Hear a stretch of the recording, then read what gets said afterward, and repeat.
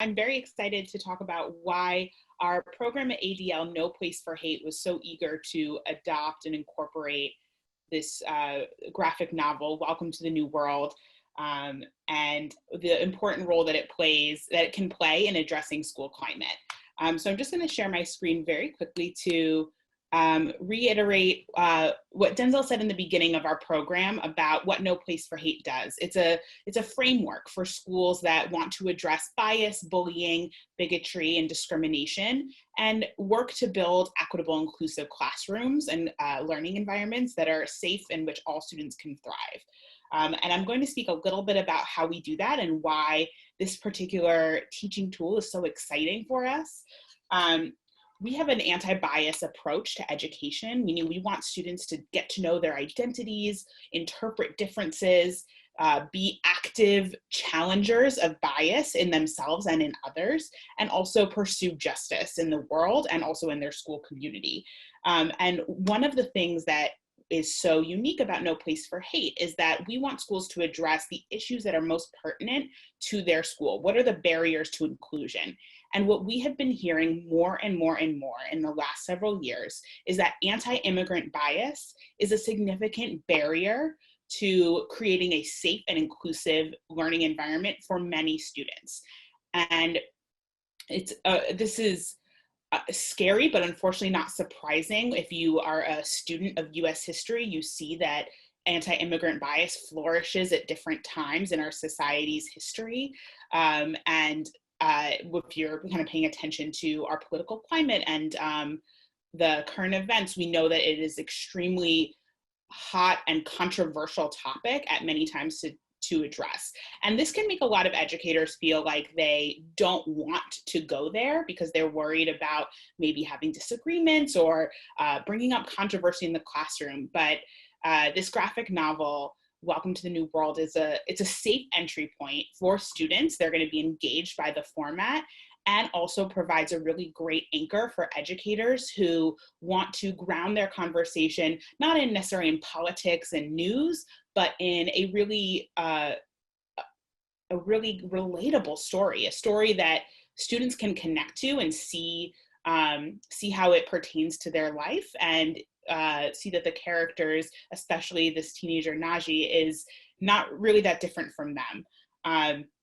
So we are really excited to be incorporating this as an activity for our No Place for Hate schools, that we're going to provide them with a discussion guide and engage them in a student-facing presentation a little bit later on in this fall, along with Jake, to hear some of the story, engage with some of those panels in this graphic novel, and use it as a point of discussion for how do we understand what anti-immigrant bias is? How might it also intersect with other forms of oppression like anti-Muslim bias or racism?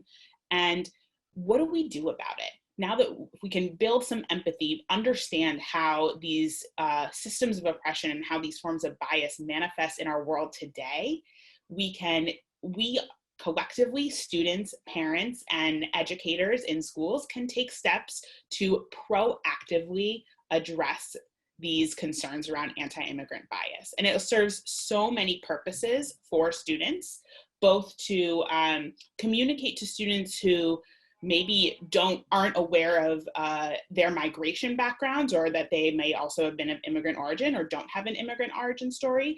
It helps them to have a more complex view of what immigration means, which really disrupts the stereotypes that can plague not just students, but also adults as well, when we only see limited stories of immigrant experiences and refugee experiences.